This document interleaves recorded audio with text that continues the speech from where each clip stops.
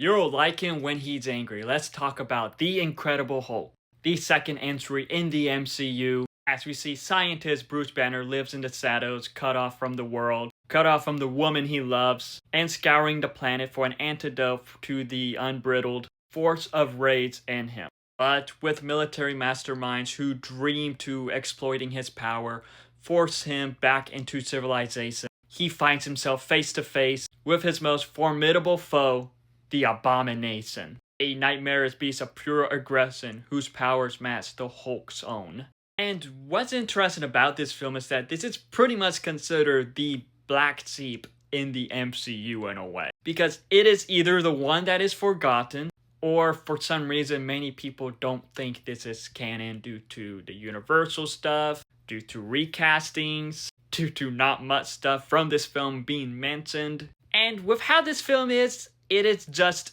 okay. I can't lie, it is not one of my favorites in the MCU, but it is not terrible either. With this film, we do see Edward Norton as the Hulk, Bruce Banner, and I cannot lie, I prefer how his Hulk was in this film.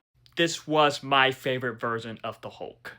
And I did think that he was a good Bruce Banner. It is a shame we never saw him back in the role, but I thought he was good in the role. But I do prefer Mark Ruffalo's Bruce Banner more. But like I mentioned, I just prefer how the Hulk was in this film.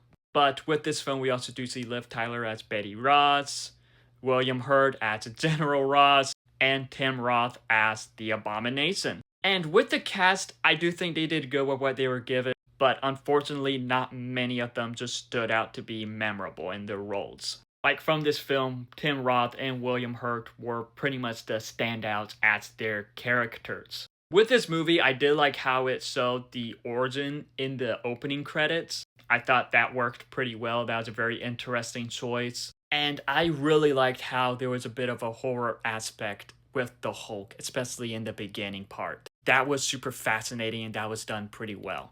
And the action scenes in this with the Hulk was pretty good. They were super entertaining, especially the final fight. But I cannot lie, with this film, some stuff doesn't really age well with it. The special effects don't age well. And it is just not memorable. Overall, with The Incredible Hulk, I do think it's a good film, but it is just not great as it could be. In a way, this does feel like a standalone in the MCU. But, have you seen The Incredible Hulk? If so, what are your thoughts on it? Let me know in the comments below and follow me for more.